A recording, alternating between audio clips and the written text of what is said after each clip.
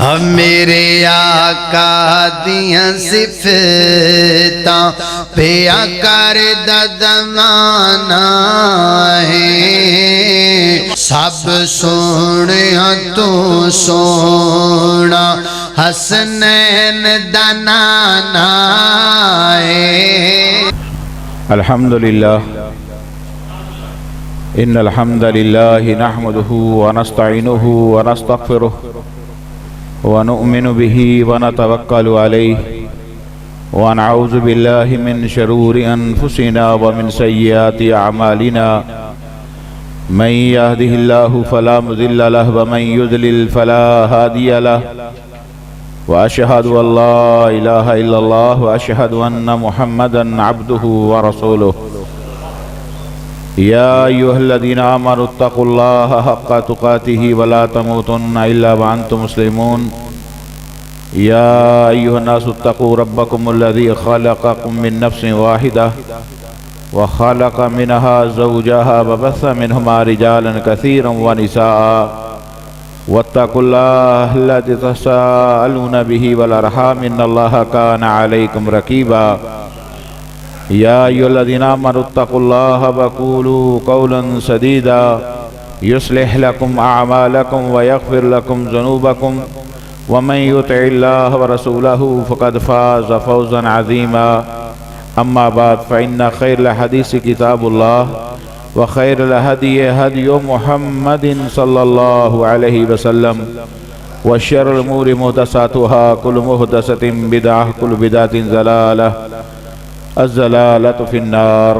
अऊज़ु बिल्लाहि समीइल अलीम मिनश शैतानिर रजीम मिन हमज़िही व नफ़ख़िही व नफ़सिही। बिस्मिल्लाहिर रहमानिर रहीम। मिनल मुअमिनीना रिजालुन सदक़ू मा अहदुल्लाह अलैहि फ़मिनहुम मन क़ज़ा नहबहु व मिनहुम मन यंतज़िर व मा बद्दलू तब्दीला। हर किस्म की हम्दो सना किबरियाई बढ़ाई अल्लाह वहदहु ला शरीक के लिए। दुरूद व सलाम इमामुल अंबिया इमामुल हरमैन इमामुल क़िबलतैन रसूल ख़ातमे पैगम्बरां कोहे ताजदारां फ़रोगे गुले आज़ारां अनीसे दिलो फ़गारां तबो ताबे कोहे फ़ारां बहारे शबनम सतां शब्बाब नूरे बहारां शहर यार मुरसलां फ़ानूसे अवाने जहाँ मेरे और आपके हादी मुर्शिद रहनमा पूरी कायनात के क़ाइद आला जनाब मोहम्मद रसूलुल्लाह सल्लल्लाहु अलैहि व आलिहि वसल्लम की ज़ात अतर पर हो।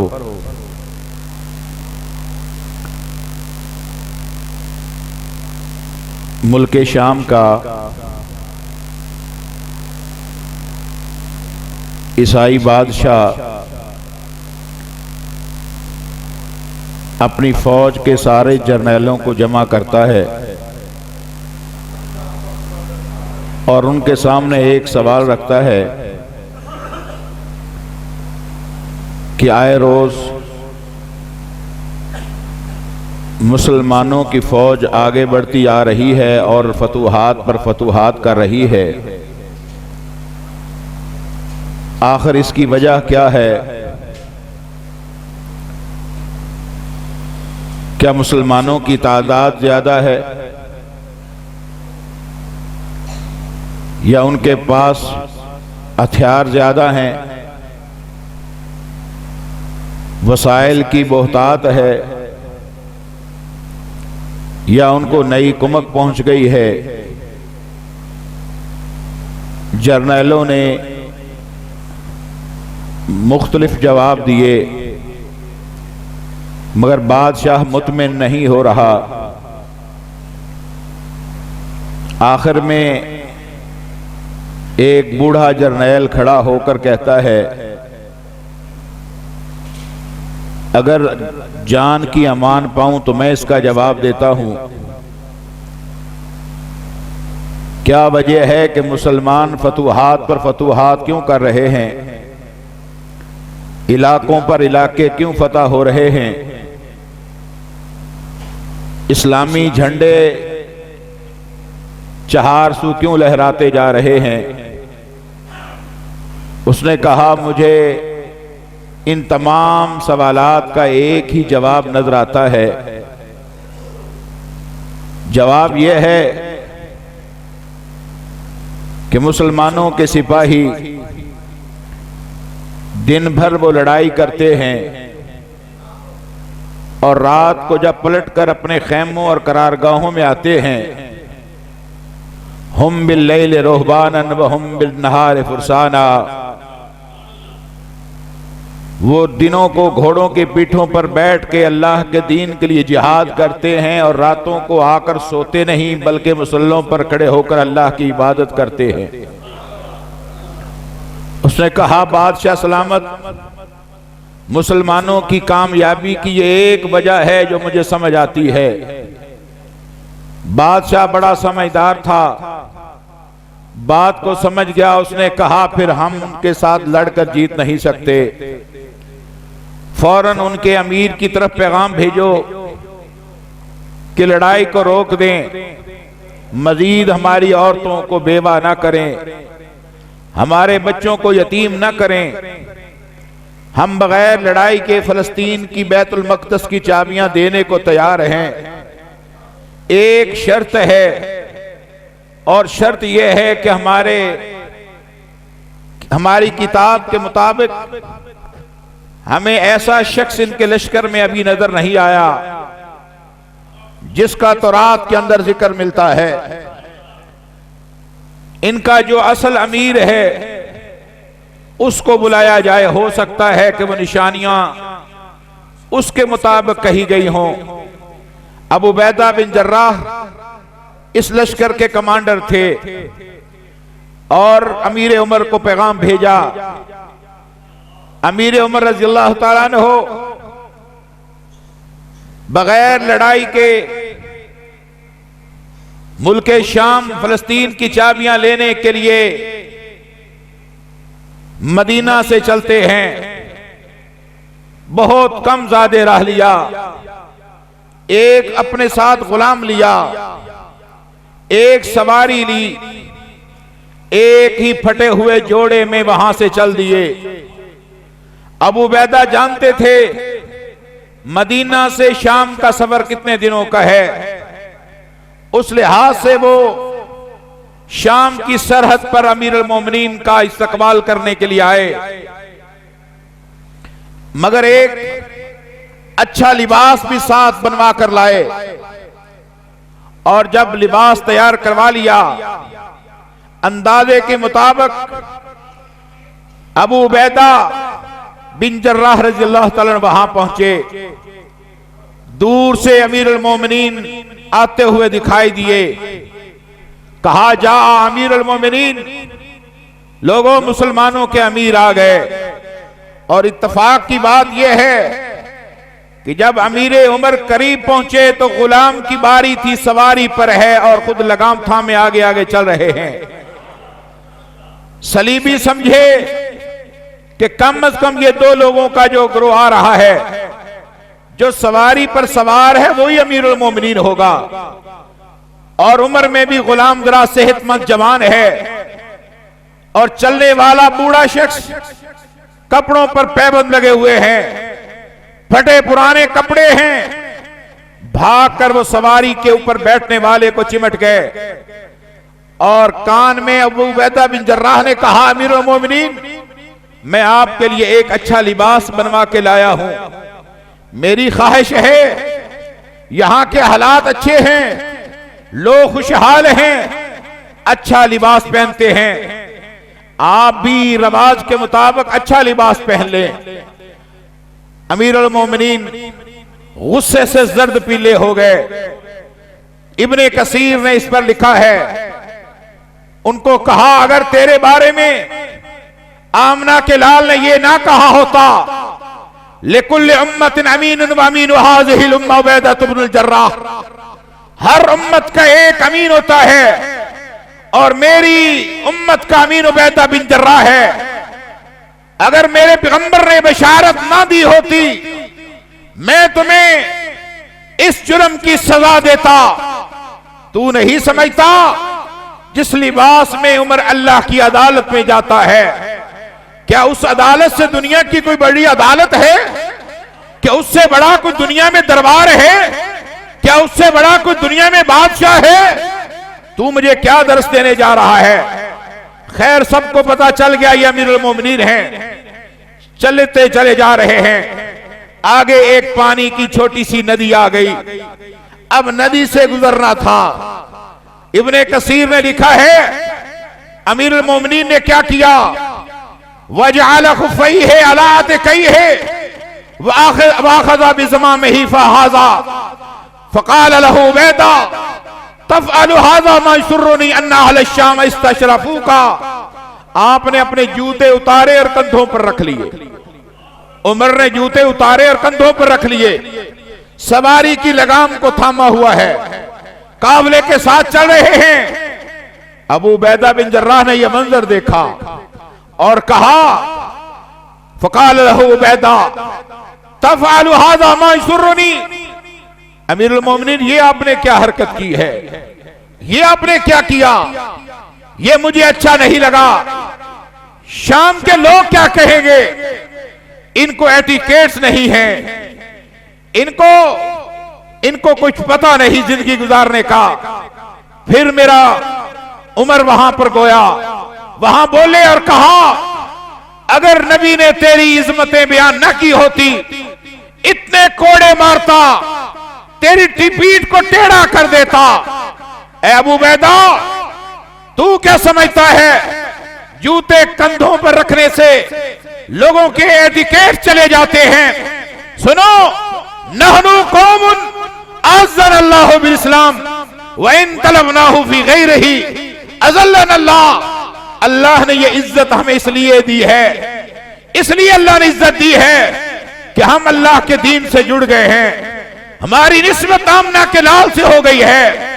और जब हम इस दीन से हटकर इज्जत तलाश करेंगे, अल्लाह दुनिया में जलील ख्वार कर देगा।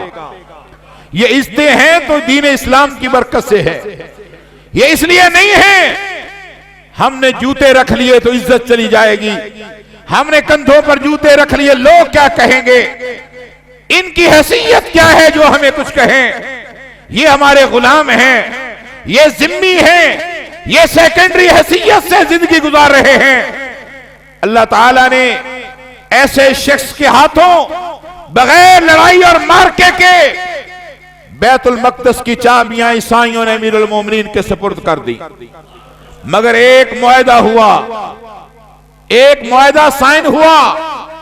मुआहदे में ये शिक्कें लिखी गईं, उसमें एक शिक ये थी कि आप कभी इस सरजमीन को ऊपर यहूदियों को नहीं आने देंगे, यहूदी कभी यहां आकर नहीं बस सकते। यह मुआहदा किसके दरमियान हुआ? सलीबियों और अमीरुल मोमिनीन के दरमियान, मुसलमानों के दरमियान। बैतुल मक़दस फतह हुआ तो अमीरुल मोमिनीन ने उसकी चाबियां ईसाइयों से ली थी, यहूदियों से नहीं ली थी। मेरे खुतबे को जरा गौर से सुनना। इसके तीन पहलू हैं इस मसले के, दीनी पहलू है, सियासी पहलू है, हकूक इंसानी का एक पहलू है। इन तीनों असूलों को सामने रख कर अगर समझा जाए तो हर असूल पर अगर इस मसला फलस्तीन को समझें तो इस पर सिर्फ मुसलमानों का हक बनता है, किसी गैर कौम का नहीं बनता। अमीरुल मोमिनीन के साथ दस्तखत करने वाले ईसाई हैं, यहूदियों ने नहीं किए। फलस्तीन किनसे लिया? बोलो किनसे लिया? ईसाइयों से मुआहदा हो गया। और मजे की बात अर्ज करूं, ईसा अलैहिस्सलाम से पहले तकरीबन 837 साल पहले वहां रोमियों ने मार मार के यहूदियों को भगा दिया था। बुख्त नसर ने इनका भुरकस निकाल दिया था। ये सरजमीन छोड़ के ईसा अलैहिस्सलाम की बेइज्जत से पहले यहां से भाग चुके थे। यहां रहने वाले अरब थे, वो यहूदी थे, चंद एक या ईसाई ज्यादा थे। जब वो भाग गए तो पीछे रहने वाले जो चंद यहूदी रह गए वो भी ईसाई हो गए।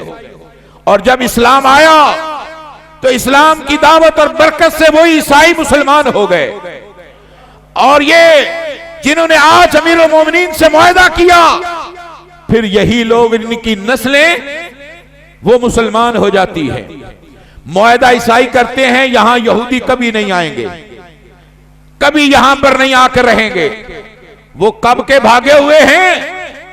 वो रसूलुल्लाह सल्लल्लाहु अलैहि वसल्लम की आमद से तकरीबन 1200-1300 साल पहले यहां से भाग चुके थे। 1200-1300 साल पहले ईसा और नबी अलैहिस्सलाम के दरमियान 600 साल का वक्फा है। कितने सालों का? हदीस में आता है इसको फतरा कहते हैं।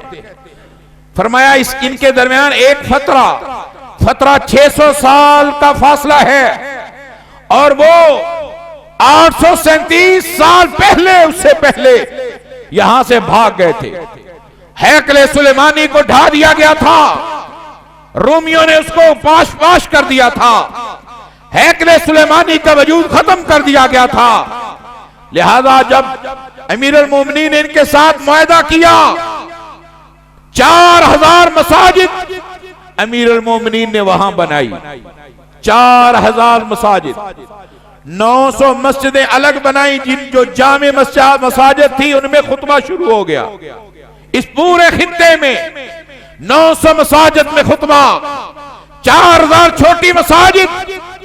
यूं अमीरुल मोमिनीन की कोशिश से अल्लाह ने इस पूरे इलाके में इस्लाम को फैला दिया। तकरीबन उसके बाद यह सिलसिला चलता रहा, और 1100 कुछ सन के अंदर यह दोबारा सलीबियों के कब्जे में चला गया। 88 साल फिर दोबारा सलीबियों के कब्जे में रहा। यह फर्स्ट क्रॉसेड वार है जो मैंने अभी बयान की है, पहली सलीबी जंग जो हजरत अमीरुल मोमिनीन ने फिलिस्तीन फिर हासिल किया। अब उसके बाद सेकंड क्रॉसेड वार का आगाज होने जा रहा है। तकरीबन 500-525 साल तक बैतुल मक़दस मुसलमानों के कब्जे में रहा। ईसाइयों को वहां रहने का हक हासिल था, जो यहूदी रहते थे उनको हक हासिल था। फिर ये कब्जे में, ईसाइयों के कब्जे में गया। जब ईसाइयों के कब्जे में गया, अल्लाह ताला ने काम किनसे लिया? एक मुसलमान हुक्मरान था जिसका नाम था नूरुद्दीन जंगी। नूरुद्दीन जंगी मदीने में रहता है। ख्वाब आया, ख्वाब में अल्लाह के रसूल आए। कहा जंगी तो सो रहा है, लोग मुझे तकलीफ पहुंचा रहे हैं। जंगी हड़बड़ा के उठा, समझ ना आई ये ख्वाब क्या है। रवायत में आता है दूसरा दिन, तीसरा दिन, 3 रातों तक ये ख्वाब आता रहा।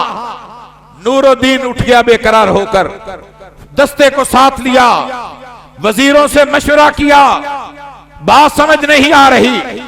कहा सारे मदीने की दावत की जाए। सारे मदीने को बुलाया। 3 रातों तक रसूलुल्लाह उनके ख्वाब में आते रहे।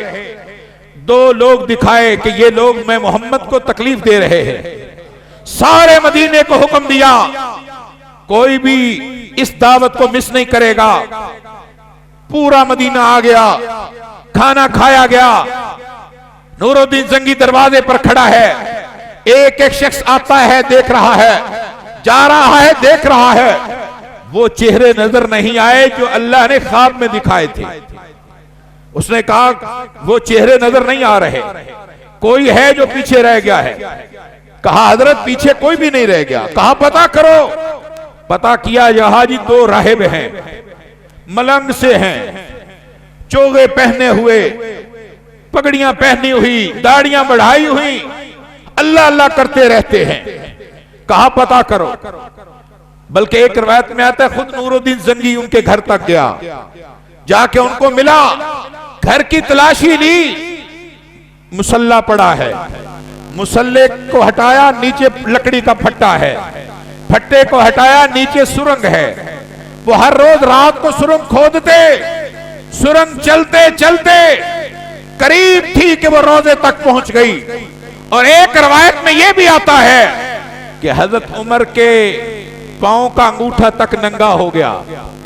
यहां तक वो पहुंच गए, जो मट्टी निकालते वो रात को जन्नतुल बकी के कब्रिस्तान में जाकर फैलाकर आ जाते। बड़े ही अजीब अंदाज से उन्होंने यह काम किया, किसी को शक नहीं पड़ा। नूरुद्दीन जंगी ने उनको पकड़ा, कहा ये वो चेहरे हैं जो अल्लाह ने मुझे ख्वाब में दिखाए, जो मोहम्मद रसूलुल्लाह को तकलीफ पहुंचा रहे हैं। उनको जानवरों के पीछे बांधकर मुखालिफ सिम्मत भगा के उनके जिस्मों को चीर करके टुकड़े कर दिया गया। और नूरुद्दीन जंगी ने रोज़ा रसूल के इर्द गिर्द जमीन की खुदाई करके पानी तक नीचे सीसा पिघला कर डाल दिया कि क़यामत तक फिर कभी कोई आमना के लाल को इस तरह तकलीफ देगा। और हमेशा नूरुद्दीन जंगी मदीने की गलियों में घूमते और ये बात याद करके रोया करते, इलाही तेरा शुक्र है तूने मुझ फकीर से मोहम्मद की हिफाजत का काम ले लिया। अल्लाह तूने इतना बड़ा मुझसे काम लिया। और नूरुद्दीन जंगी ने तय कर लिया, जब तक जिंदा हूं, अब जो फलस्तीन इनके कब्जे में गया है मैं वापस लेके रहूंगा। पता चला मस्जिद अक्सा में आग लगाकर मस्जिद अक्सा का वो मिंबर जला दिया गया है। नूरुद्दीन जंगी ने एक खूबसूरत मिंबर तैयार करवाया। कई साल उस मिंबर को तैयार करने पर लगे, इस अहद से कि जब अल्लाह फलस्तीन को फतह करेगा तो ये मिंबर रखा जाएगा जो बैतुल मक़दस के शयान शान है। ये वो जगह है जहां अल्लाह ने मेरे पैगंबर को इमामुल अंबिया होने का ताज पहनाया था, जहां 1 लाख, ये कायनात की वाहिद जगह है जहां 1,24,000 अंबिया ने इकट्ठे नमाज पढ़ी है। ये वो जगह है जो बैतुल हराम के बाद 40 साल बाद तामीर की गई है। 40 साल बाद इसके बारे में कई रवायात हैं। एक रवायत तो यह है कि ये दोनों जगह इब्राहीम अलैहिस्सलाम ने बनाई। एक रवायत यह है कि ये पहले आदम अलैहिस्सलाम ने बनाई। एक ये भी रवायत है बैतुल्लाह सबसे पहले जिन्नात ने तामीर किया था, उससे पहले फरिश्तों ने तामीर किया था। बहरहाल इन 2 मसाजिद के दरमियान 40 साल का अरसा है। पहले बैतुल्लाह बना, फिर बैतुल मक़दस बना। अब नूरुद्दीन जंगी कोशिश करता रहा, मिंबर तैयार हो गया, हिम्स शहर के अंदर मिंबर रख दिया गया, मगर फुर्सत ना मिली और वो दुनिया से रहलत कर गया। चलता रहा ये सिलसिला। 1169 को सेकंड क्रॉसेड वार लड़ने के लिए एक नौजवान जिसका नाम मोहम्मद यूसुफ सलाहुद्दीन है, सलाहुद्दीन को मिस्र का गवर्नर बनाकर भेजा गया। 1169 के अंदर ये यहां नौजवान है, यहां पर उसे गवर्नर बनाकर भेजा। अब 24 साल ये जिंदा रहा। मिस्र का गवर्नर, शाम का गवर्नर, इस पूरे खित्ते का हुक्मरान सलाहुद्दीन बन जाता है। ये असल बगदाद का रहने वाला था, असल इसकी नस्ल बुखारात की थी, ये कुर्द कबीले से ताल्लुक रखता था। और नौजवान को जब वहां गवर्नर बनाकर भेजा, लंबे वाकयात हैं, हम अपने वक्त में उतनी बात करेंगे ताकि हमें मसले फलस्तीन, पहली सलीबी जंग, दूसरी सलीबी जंग, तीसरी सलीबी जंग समझ आ सके। अपने नजरियात को जरा गौर से सुनो, अपने नजरियात को पुख्ता करो, नजरियों पर जिंदा रहना सीखो, नजरियों पर मरना और जीना सीखो। कुरान कहता है, इन्ना सलाती व नुसुकी व महयाया व ममाती लिल्लाहि रब्बिल आलमीन ला शरीका लहू व बिज़ालिका व उमिरतु व अना अव्वलुल मुस्लिमीन। वो शख्स जिसका ये नजरिया पुख्ता हो, मेरा मरना भी अल्लाह के लिए, मेरा जीना भी अल्लाह के लिए, मेरी नमाज भी अल्लाह के लिए, मेरी कुर्बानी भी अल्लाह के लिए, लिल्लाहि रब्बिल आलमीन, मेरा सब कुछ अल्लाह के लिए है। फिर उसे दुनिया का कोई खौफ बाकी रहता नहीं, बाकी रहता। मिस्र के अंदर ये गवर्नर बन के गया, जाते ही एक मिशन लेकर गया, मैंने नूरुद्दीन जंगी का बना हुआ मिंबर बैतुल मक़दस के अंदर हर हाल में रखना है, मैंने उसे फतह करना है। और कमोबेश 60-65 साल गुजर चुके थे बैतुल मक़दस को सलीबियों के कब्जे में गए हुए। हजरत उमर ने फतह किया, तो तकरीबन 525 साल तक बैतुल मक़दस मुसलमानों के कब्जे में रहा। फिर दोबारा रूमियों ने कब्जा कर लिया। अब फिर तकरीबन 60-65 सालों से कब्जा था। सुल्तान ने ये एक अहद किया कि मैं इसे, मेरी जिंदगी का मकसद ये है कि मैं इसे दोबारा वापस आजाद करवाऊं। मार्के शुरू हो गए, लड़ाइयां शुरू हो गई और अजीबो गरीब वाकयात हुए। हत्ता के एक रिनॉल्ड या रिजनॉल्ड, दो तरह के रवायत में नाम आते हैं। रिनॉल्ड नाम का एक ईसाई बादशाह इतना जालिम शख्स था कि उसने मदीना पर कब्जा करने के लिए बहरी बेड़ा रवाना किया, दस्ता रवाना किया, कामयाब ना हो सका। तो सुल्तान सलाहुद्दीन ने कसम उठाई। इसके दो जुर्म थे, एक मदीने पर हमला करने की, मदीने को तबाह करने की कोशिश की। दूसरा जुर्म यह था कि जो इन इलाकों से मुसलमान हज के लिए जाते, काफिलों को लूटता, माल भी लूटता, इज्जतें भी लूटता और हाजियों की बेहुरमती करता। एक काफिले में खुद सुल्तान सलाहुद्दीन अय्यूबी की बहन भी थी, मगर अल्लाह ने उसको बचाया उसके जुल्म से और ये बच के निकलने में कामयाब हो गया। यहां से बच के जब निकला, बहन निकली, तो अल्लाह ताला ने उस बहन को सुल्तान तक पहुंचा दिया। जब वो सुल्तान तक पहुंची तो उसने सारा हाल जाकर बताया। सुल्तान ने कसम उठाई, अल्लाह उस वक्त तक मुझे मौत न देना जब तक कि मैं मदीने की हिफाजत न कर लूं और इस बदबख्त के सीने में अपने हाथों से खंजर न घोंप दूं। अल्लाह मुझे मौत न देना। फिर सुल्तान ने इसको पैगाम भेजा, कहा तुम कमजोर हाजियों से लड़ते हो, मुसाफिरों से टकराते हो, तैयारी कर लो, सुल्तान आ रहा है। और जितना सुल्तान बहादुर और दलेर और जंगजू था, उतना रहम दिल भी था, इतना मुशफिक भी था, इतना नरम दिल भी था। मोमन होता ही नरम दिल है, जिसका दिल नरम हो वो ईमान कबूल करता है। मोमिन बनता ही वो है जो ईमान वाला, नरम दिल वाला हो। सख्त दिल वाला मोमिन हो सकता नहीं, हो सकता। मोमिन बनना है तो दिलों को नरम करना पड़ेगा। सुल्तान ने तैयारी की, तैयारी करके लश्कर चल निकला। रास्ते में एक जगह पड़ाव किया। 30,000 का लश्कर है, 30,000 का लश्कर। पड़ाव किया, कुछ दिन वहां आराम किया। सुल्तान की इत्तला के बगैर लश्कर वालों ने एक गाय वहां पर चर रही थी, गाय पकड़ी, ज़बह की, ज़बह करके इस्तेमाल कर लिया गोश्त। जैसे हमारे यहाँ फौजें आती हैं स्कीमों पर, और फिर इस तरह के छोटे मोटे काम वाकयात होते हैं, वो भी हो गया। अब जब वो जानवर शाम को घर लौटे, उनमें एक गाय नहीं है और उस गाय की मालका एक बेवा औरत है जिसकी कुल कायनात एक गाय है।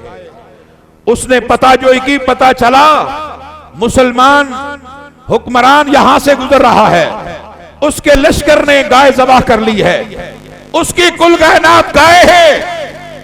वो सुबह सवेरे उठी, जिधर से लश्कर गुजरना था वहां एक तंग जगह थी, नहर थी, पुल बना हुआ था, वो पुल पर जाके खड़ी हो गई। लश्कर यहीं से गुजरेगा, मैं अपनी फरियाद करूंगी, मैं अपनी दरखास्त और इस्तिगासा पेश करूंगी।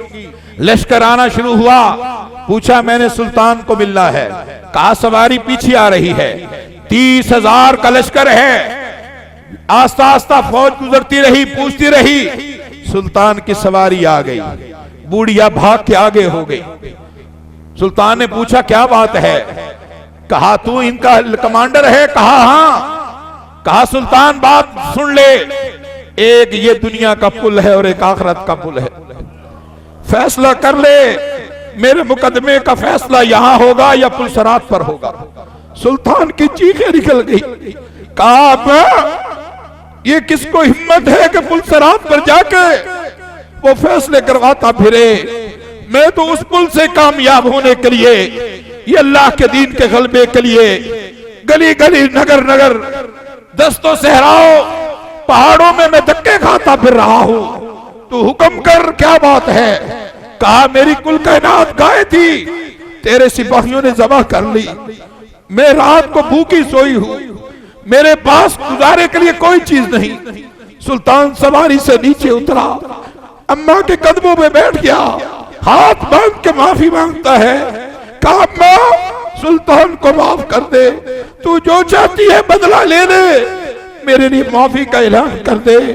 मैं बैतुल मक़दिस की फतह के लिए जा रहा हूं, अगर ऐसी गलतियां मेरे लश्कर से सरजद होगी तो अल्लाह की रहमत न उठ जाए, अल्लाह कहीं मुझसे नाराज न हो जाए, अम्मा मुझे माफ कर दे।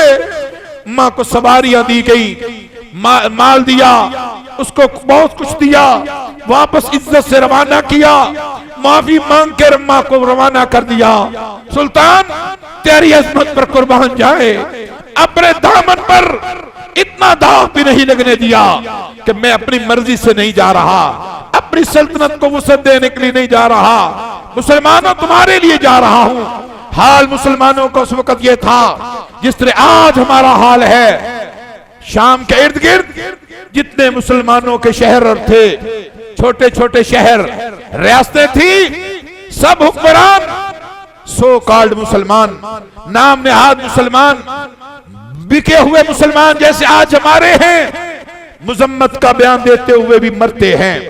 खौफ आता है, डर आता है कहीं यहूद और नसारा नाराज ना हो जाएं। अल्लाह की कसम बिल्कुल यही हाल था, बिल्कुल यही कैफियत थी। सुल्तान तेरी अजमत पर कुर्बान जाएं। 24 साल तक वो मार के लड़ता रहा, कभी मुसलमानों से लड़ता, कभी मुनाफिकों से लड़ता, कभी वो यहूद और नसारा से लड़ता। जिंदगी के आखिरी 6 सालों में 16 जंगें सुल्तान को लड़ना पड़ी। आखिरी सालों में कितनी जंगें? 16 जंगें सुल्तान को लड़ना पड़ी, 16 जंगें। और सुल्तान ने इस रिजनॉल्ड को जब चैलेंज किया, और सुल्तान ने क्या हिकमत अपनाई कि ये ठंडे इलाकों के रहने वाले हैं, ये यूरोप के ईसाई हैं, ये गर्म इलाकों में लड़ना इनके लिए बड़ा मुश्किल है। अफगानिस्तान में आपने देखा नहीं, ठंडे इलाकों से आने वाले 28 मुल्कों की फौज, 28 मुल्कों की फौज 20 साल लड़ी, और बिल आखिर अफगानिस्तान की शिद्दत और गर्मी से भागकर वापस जा रही है। मुसलमानों ईमान पैदा करो, अल्लाह की कसम मुश्किल नहीं है। एक सलाहुद्दीन अगर पैदा हो जाए, बैतुल मक़दस तुम्हारे कदमों का इंतजार कर रहा है, बैतुल मक़दस सिसक सिसक के रो रहा है, उसके मिंबरों में रात तुम्हें आवाजें दे रहे हैं। कोई है उमर सानी बनकर आए, कोई है जो अयूबी सानी बन के आए, कोई है सुल्तान फातेह बन के आए, कोई है मूसा नुसैर बन के आए, कोई तारक में ज़ियाद बन के आए। आज अक्सा की सिसकियां हैं, अज़का का रोना है, अक्सा की आहें हैं। असल गैरतमंद मुसलमान वो हैं जो 70 साल से पत्थरों से लड़ रहे हैं और अक्सा में सजदे कर रहे हैं, लड़ते हैं, मरते हैं, पकड़े जाते हैं, मगर अक्सर में ही जाके सजदा करते हैं। असल मुसलमान तो वो हैं, ईमान तो उनका है जो 70 साल से लड़ रहे। हमारा क्या ईमान है? हम तो तकरीर करने से कासर हैं, हम तो लिखने से कासर हैं, हम तो इस मौजू पर बात करने से कासर हैं, हम तो कुव्वत का मुजाहरा रोड पर निकल कर करने से कासर हैं। हम कहां के मुसलमान हैं? और सुल्तान ने कमाल हिकमत अमली अपनाई, हित्तीन के मुकाम को चुना, और ये ऐसी जगह थी जहां पानी था, खुद यहां पहुंच के पड़ाव कर लिया। और पता चला कि अभी रिजनॉल्ड का जो लश्कर है वो यहां से 20 मील दूर है, पानी वाली जगह पर जाके पड़ाव कर लिया। अब उनको आगे आने पड़ा। जब आगे आए, सुल्तान तेरी अजमत पर कुर्बान जाए, जब बंदा अल्लाह के लिए कर रहा हो ना, अल्लाह बड़ी हिकमत सुलझा देता है। मैं यत्तकिल्लाह यजअल लहु मखरजा व यरज़ुकहु मिन हैसु ला यहतसिब व मन यतवक्कल अलल्लाह फहुवा हस्बुहु। जो अल्लाह से डरता है, अल्लाह उसके लिए फिर हर मुश्किल से निकलने के रास्ते बना देता है, और उसे वहां से अल्लाह ताला उसको रिज़्क देता है, मशवरे देता है, राय देता है जहां से उसका गुमान भी नहीं होता। ईसाई 20 मील का सफर तय करके आए तो उस जगह पर पानी नहीं। सुल्तान ने क्या किया, 3 ग्रुप कर दिए अपने लश्कर के। एक ग्रुप को कहा तुम सामने खड़े होकर डट के लड़ोगे। एक को जंगलों में फैला दिया कि जब घुमसान की जंग हो तो तुम पूरे जंगल के घास फूस को आग लगा देना। एक मौसम की गर्मी, ऊपर से लड़ने वाले गोरे गर्मी बर्दाश्त नहीं कर सकेंगे, मौसम की शिद्दत, फिर जंग की गर्मी, घमसान की लड़ाई, फिर जंगल से जब आग और तपश होगी तो उनके लिए तनूर बन जाएगा। और एक लश्कर को कहा जब ऐन अरूज पर लड़ाई हो तो अचानक घोड़े दौड़ाते हुए ईसाई लश्कर पर टूट पड़ना। अब जब आमना सामना हुआ तो उन्होंने देखा सलीबियों ने कि ये तो थोड़ा सा दस्ता है, दोपहर होने से पहले इनका काम तमाम हो जाएगा। अभी जंग ने अरूज पकड़ा ही था, चारों तरफ से आग भड़क उठी और मुसलमानों के पास पानी था, पानी के चश्मे और ज़खायर थे, पानी उनके पास जखीरा था। जब हर तरफ से आग भड़की और सलीबियों के लिए वो एक जहन्नम का तंदूर बनने लगा।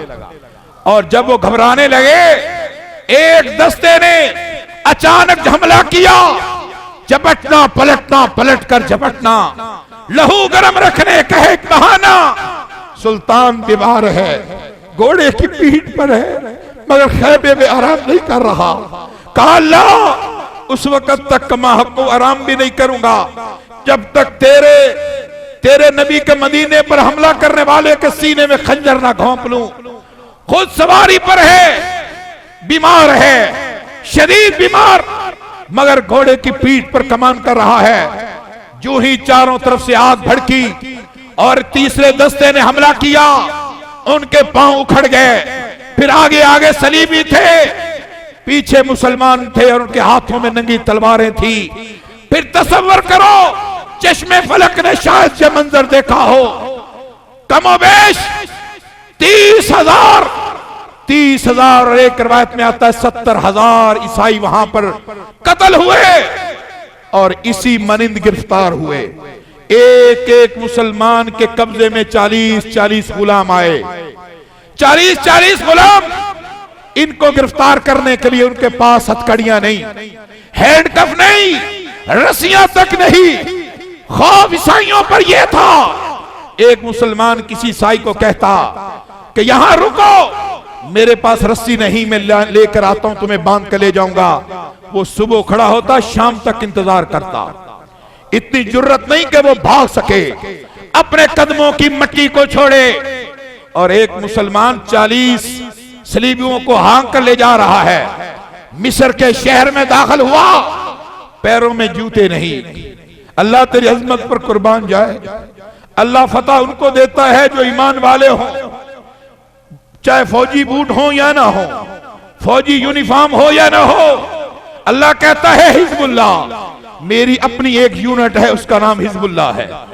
मेरा एक अपना लश्कर और दस्ता, उसका नाम हिजबुल्लाह है। वो सिबगतुल्लाह मेरी यूनिफॉर्म में रंगी हुई होती है, मेरी अपनी एक यूनिफॉर्म है, उसमें जो रंग जाता है वो मेरा हो जाता है। नंगे पांव हो तब भी मैं उसे सलीबियों का मालिक बना देता हूं। मिस्र के बाजार से लश्कर गुजर रहा है, लाइनें लगी हुई हैं कैदियों की। मुसलमान के दिल में ख्याल आया, जूती की दुकान है, यहां से एक जूता ही ले लूं, पांव तो फट गए, खून रिस रहा है। उसने दुकानदार से कहा जूता कितने का है? कहा 3 दिरहम का। मुसलमान के पास देने को पैसे नहीं। कहा इनमें जो चाहते हो, एक गुलाम ले लो, इसके बदले एक जूता दे दो।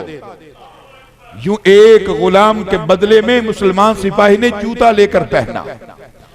यह हैसियत थी इन काफिरों की जो आज हमारे फैसले करते हैं। ये अक़वाम मुत्तहिदा के गुलाम, ये अक़वाम मुत्तहिदा हमारे मसाइल हल करने के लिए नहीं, हमारे हकूक और हमारा इस्तेहसाल करने के लिए है। ये जब तक जंग बंदी नहीं करते, जब तक इनको लाले ना पड़ जाए, उस वक्त तक लड़ते हैं, मारते रहते हैं, जब तक मुसलमान पिट रहे होते हैं। जब खतरा महसूस हो कि अब बाजी मुसलमानों के हाथ में जाने लगती है, फौरन जंगबंदी करवा देते हैं ताकि वही स्टेटस को हो जाए, मुसलमान कहीं आगे ना बढ़ सके। इस दफा भी जो जंगबंदी हुई है, हालात जब तब्दील होने लगे, रातों रात जंगबंदी हो गई, अचानक जंगबंदी हो गई। मुसलमानों, ये भी इनका धोखा है। हर 2-4 साल के बाद ये स्लॉटर हाउस खोलते हैं, 2-4 हजार मुसलमानों को ज़बा किया, फिर जंगबंदी, मुसलमान फिर टूटे हुए घर बनाते हैं, फिर हमला शुरू हो जाता है। 70 साल से यही खेल खेला जा रहा है। अगर गैरत है, अब इनके चुंगल में मत आओ, इस मिशन को जारी रखो। इंशाअल्लाह बोलना हमारे जिम्मे लगाओ, जबान तैयार करना हमारे जिम्मे लगाओ, इनको भेजना अपने जिम्मे लगाओ। ये सलीबी यहूद और नसारा ये चंद महीने भी इंशाअल्लाह मुसलमानों के सामने खड़े नहीं हो सकेंगे। इस दफा उनके साथ यही हुआ है। हमास के रॉकेट्स ने उनका फुरकस निकाल दिया। अल्लाह ने उनके रॉकेट से काम लिया कि जब तुम नहीं लड़ते, अल्लाह चिड़ियों से, अबाबिलों से काम लेता है। तुम एटमों से, हथियारों से, टैंकों से, जहाजों से नहीं आओगे, मैं 10-10 हजार के रॉकेट से वही काम ले लूंगा। अल्लाह ने काम लिया कि नहीं लिया? 12 दिन तक यहूदी अपने बैरक्स से नहीं निकले, सुरंगों से बाहर नहीं आए, एयरपोर्ट बंद, बसें बंद, ट्रेनें बंद, कारोबार जिंदगी बंद रहा।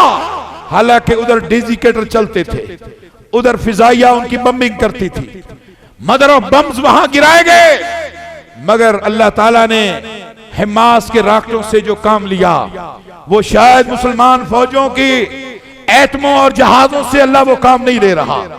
क्यों? उसके पीछे ईमान चाहिए, उसके पीछे गैरत ईमानी चाहिए। और सुल्तान सलाहुद्दीन अय्यूबी ने इस जंग में, यही रिजनाल्ड या रेनाल्ड गिरफ्तार हुआ, इसके साथ एक और जर्नैल था जिसका नाम गाय था। अंग्रेजी में गाय उसे कहते हैं, हमारे यहां तो गाय एक जानवर है, उसका नाम ही गाय था। ये गाय क्या लड़ेगी? एक इधर गाय के पुजारी हमारे दुश्मन है, एक उधर बछड़े के पुजारी दुश्मन है। ऐसे ही है कि नहीं? यहूदी बछड़े के पुजारी, हिंदू गाय के पुजारी। अरे ये गाय हमारे साथ क्या लड़ेगी? तुम गाय को ज़बा करने वाले, वो गाय को का पेशाब पीने वाले। हाँ, बात तो ये है कि गैरत ईमानी चली गई। अगर गैरत ईमानी आ जाए तो किसी चीज की कमी नहीं है। इनको गिरफ्तार करके सुल्तान के खेमे में पहुंचाया गया। करीब था कि प्यास से वो मर जाते। सुल्तान ने गाय को कहा, इसको गुलाब का अरक पिलाया जाए, इसको पानी पिलाया जाए। उसको पानी पिलाया, उसको गुलाबे अरक पिलाया, इसको दुश्मन को भी पानी पिलाया। ये सुल्तान की रहमदिली है।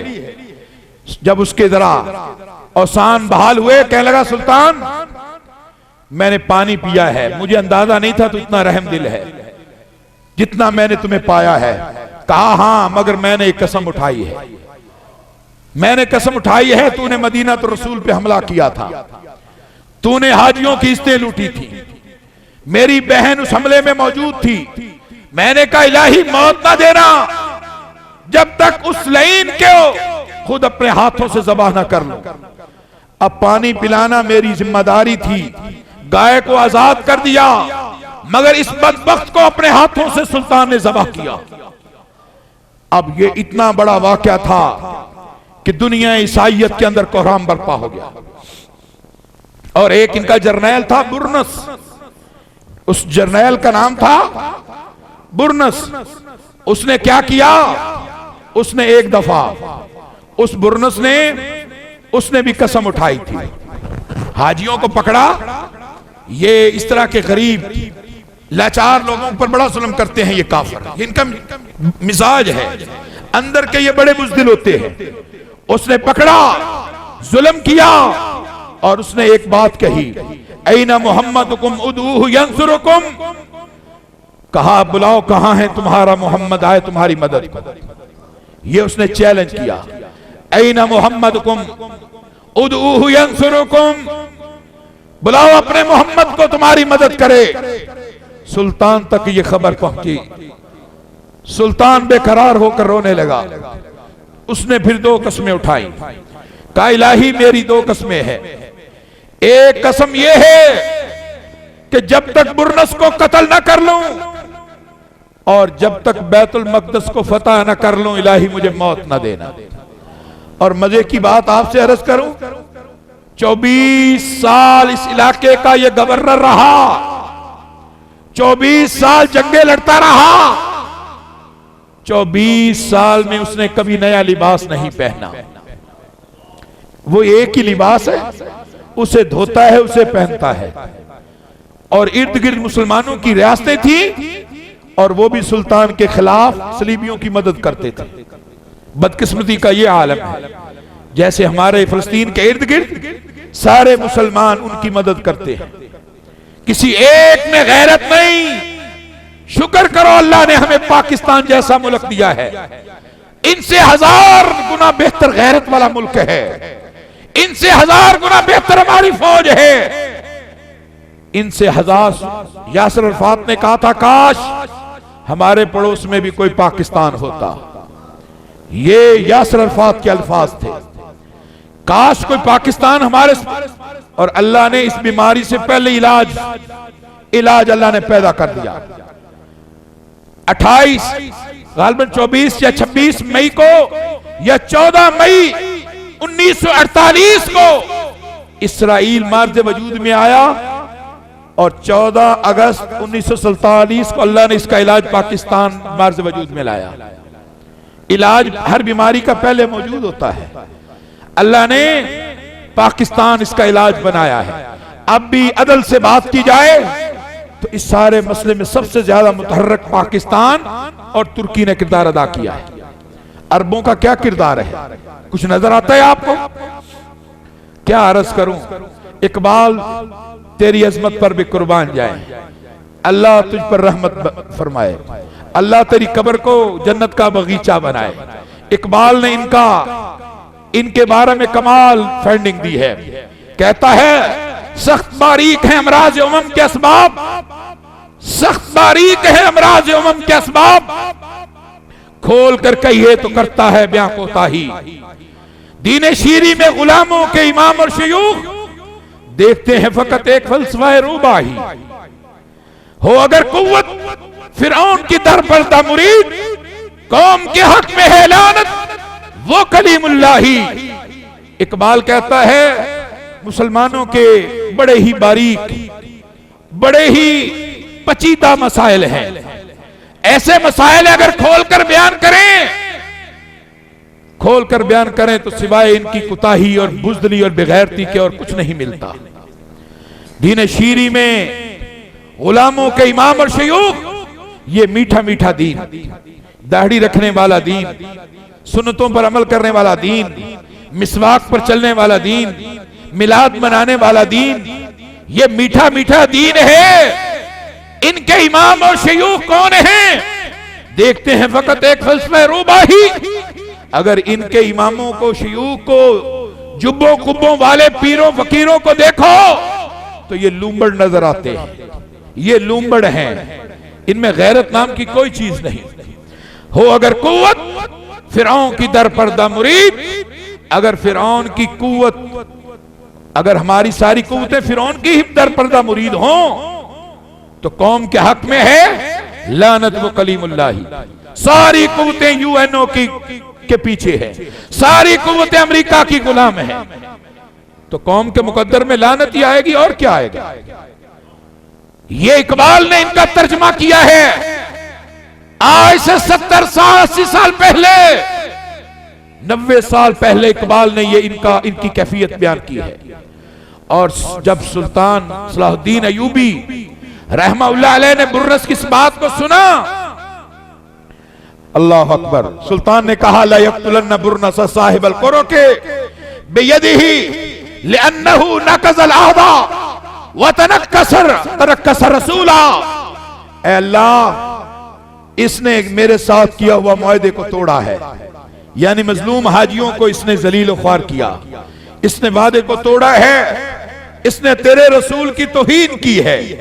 इसने कहा इना मुहम्मदुकुम उदूहु यंसुरुकुम, बुलाओ कहां है तुम्हारा मोहम्मद, आए तुम्हारी मदद करे, मुझसे छुड़वाए। इलाही मेरे साथ अमन का मुआहदा करके तोड़ा। एक जुर्म यह है, और एक जुर्म यह है कि इसने तेरे नबी की तौहीन और गुस्ताखी की है। इलाही उस वक्त तक मैं पीठ के बल सोऊंगा नहीं जब तक मैं इसको जहन्नम वासल न कर लूं। ऐसे जर्नैल हों फिर आलम इस्लाम को इज्जतें मिलती है। 24 साल ये शख्स लड़ता लड़ता लड़ता रहा, 24 साल मर के मैदान में रहा। हर साल नियत करता हज करने की, मगर हज कर सका? हज नहीं कर सका। जो हज के लिए हाजी जाते उनके माथे और हाथों को चूम कर रवाना करता, जो वापस पलट के आते रो रो के उनका इस्तकबाल करता कि तुम वो नेक लोग हो जिन्होंने हजर अस्वद को बोसा दिया है, जिन्होंने मेरे रब के घर काबा के तवाफ किए हैं, जिन्होंने मुकाम इब्राहिम के पीछे नमाजें पढ़ी है, मेरे मोहम्मद का रोजा देखा है। तुम कितने अजीब हो। 24 साल नियत करने वाला, मगर गलबा इस्लाम की तहरीक में इतना मसरूफ रहा कि जिंदगी में हज कर सका। ये थी गैरत ईमानी। मगर मैं समझता हूं हाजी इसके सामने क्या मुकाबला हाजियों का। कुरान ने कहा अजअल तुम शिकायत अल हज व इमारत अल मस्जिद अल हराम कमन आमन बिल्लाहि वल यौमिल आखिर व जाहद फी सबीलिल्लाह। फरमाया कि हाजियों को पानी पिलाना, मस्जिद हराम की मुतवल्लियत करना, अल्लाह पर ईमान लाना, ये सारा कुछ मिलकर भी जो अल्लाह के राह में टकरा जाता है उसका मुकाबला कर सकते, ये कुरान है। चोटी का काम है अल्लाह के घरों को आबाद करना, चोटी का काम है हाजियों की खिदमत करना, चोटी का काम है। मगर जो दीन इस्लाम के लिए मार का लड़ लेता है, रसूलुल्लाह ने फरमाया एक शख्स लैलतुल कदर की रात हो, रमजान का महीना हो, लैलतुल कदर की रात हो, हजरे अस्वद के सामने हो, बोसे ले रहा हो, फरमाया ये शख्स 100 साल तक इस हालत में इबादत करे, उससे वो शख्स बेहतर है जो एक लम्हा अल्लाह के गलबे के लिए मैदान मार्का में खड़ा हो जाए। सुल्तान जानता था, इसलिए हज पर नहीं जा सका। कहा पहले किबला अव्वल फतह करवाऊंगा। बुरनस का मुकाबला हुआ, बुरनस का मुकाबला हुआ और बुरनस का ऐसा भुरकस निकाला, अपने हाथों से उसे कत्ल किया। फिर बैतुल मुकद्दस पर चढ़ाई की। 18 दिन तक बैतुल मुकद्दस के शहर का मुहासरा किए रखा। सलीबी ताब न लाते हुए शिकस्त तस्लीम करते हैं। सुल्तान ने कहा हर मर्द 10 दिरहम फिदिया देगा तो रिहाई मिलेगी, औरत 5 दिरहम देगी तो रिहाई मिलेगी, जो नहीं देगा उसे गुलाम बना लो। पैसा देने वालों ने पैसा देके रिहाई ले ली और ये 1187 के अंदर जाकर फतह हुआ। 1169 में सुल्तान यहां पर आया था। 24 साल के बाद आज अल्लाह ने उसे उसके हाथों बैतुल मक़दस को फतह करवा रहा है। अमीर ईसाई फौरन पैसा देके, फिदिया देके, खजाने उठा के भाग गए। सुल्तान ने किसी को मालो दौलत ले जाते हुए नहीं रोका। हालांकि 88 साल पहले जो हशर सलीबियों ने मुसलमानों का इन इलाकों में किया था, खुद उन्होंने अपनी किताबों में लिखा है, खुद उन्होंने अपनी किताबों में लिखा कि जब हमारे घोड़े यरूशलेम में दाखिल हुए तो घोड़ों के घुटनों तक मुसलमानों के खून जमे हुए थे। यूं खून की नदियां बह रही थी यरूशलेम में। इतना कुछ तो खून किया गया, मगर सुल्तान इतना नरम दिल है, कहा जो 10 दिरहम दे आजाद, जो औरत 10 दिरहम दे आजाद।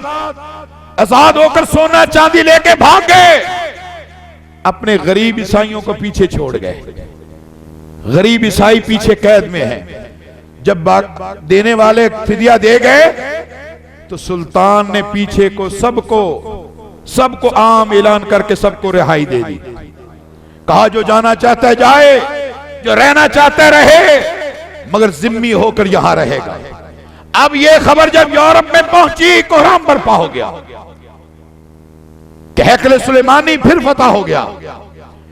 फिर बैतुल मक़दस में अजानें होने लगी।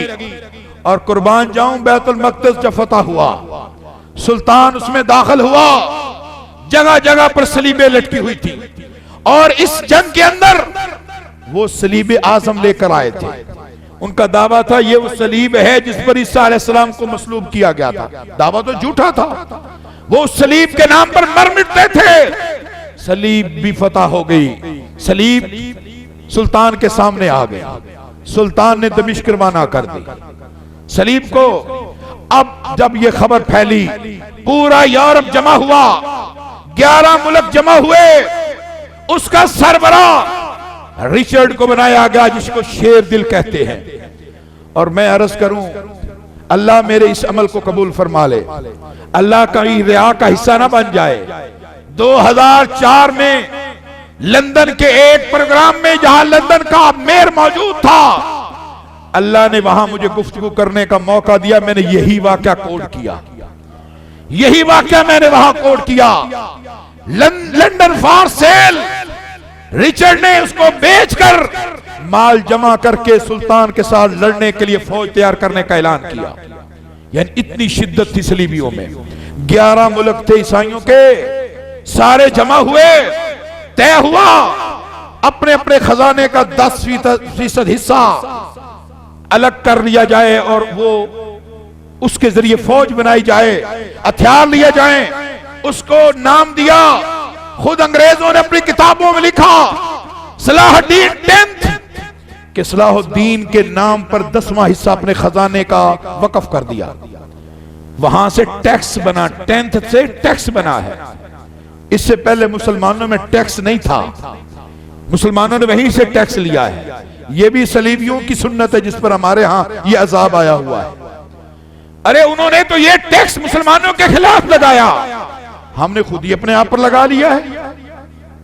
मुसलमान तो ज़कात और उशर देता है, सदकात तो देता है, टैक्स देता, टैक्स हमेशा काफिर देते हैं मुसलमानों को। 10वां हिस्सा हर एक ने खजाने का मुख्तस किया। 7 लाख फौज तैयार हुई। फिर मार्का हुआ।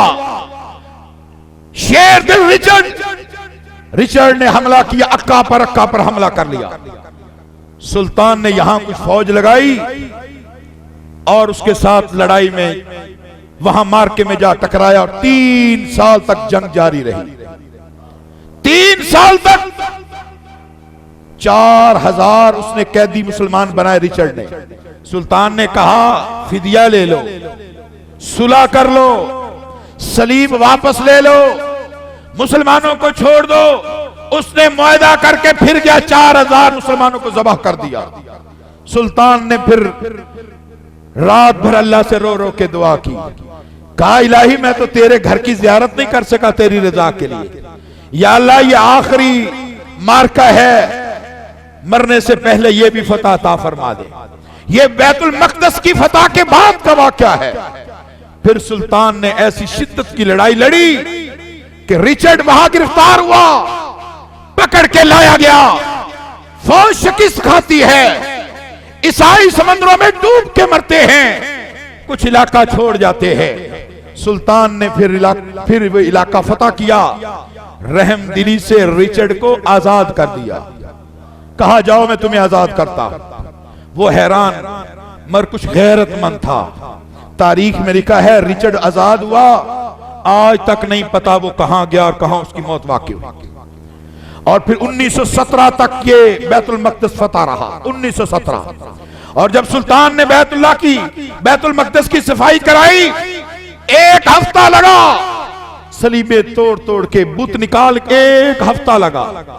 पूरे आलमे इस्लाम से कुर्रा को बुलाया, पूरे आलमे इस्लाम से सुल्तान ने कुर्रा को बुलाया और बुलाकर सुल्तान ने उनको कहा कि एक एक कोने में अजान दो, एक एक कोने में अजान दो।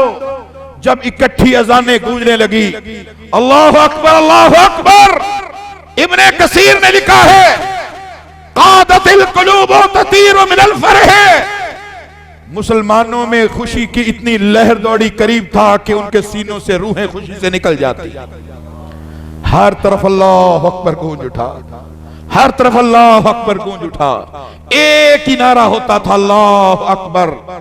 कुर्रान ने जब कहा, इब्ने कसीर तेरी अजमत पर कुर्बान जाए, कहता है कादतिल कुलूब ततीरु मिनल फरह, करीब था कि सुल्तान और हजारों मुसलमानों के सीनों से रूहें खुशी से ही परवाज कर जाती। अल्लाह तूने आज बैतुल मक़दस में सजदे करने की तौफीक अता फरमाई। और 1917 तक ये मार्का चलता रहा।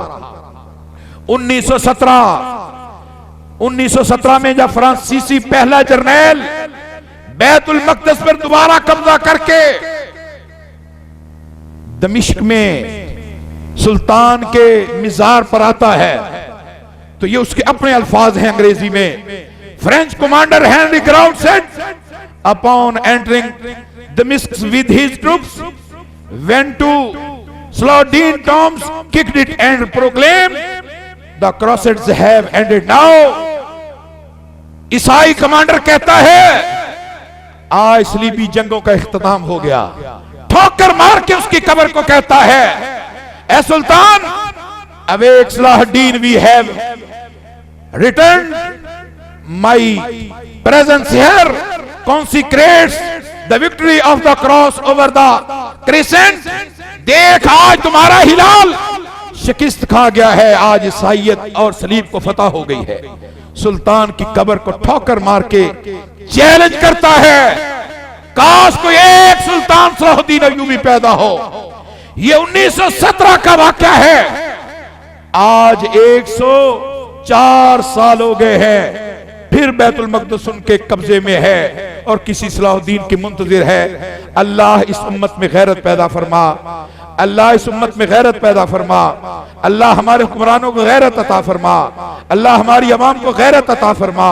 अल्लाह हमारी जिंदगियों में हमें बैतुल मुक़द्दस की आज़ादी दिखा। अल्लाह हमें बैतुल मुक़द्दस में सजदा करने की तौफीक अता फरमा। वल हाज़ा मा इंदी वल्लाहु आलम बिस्सवाब।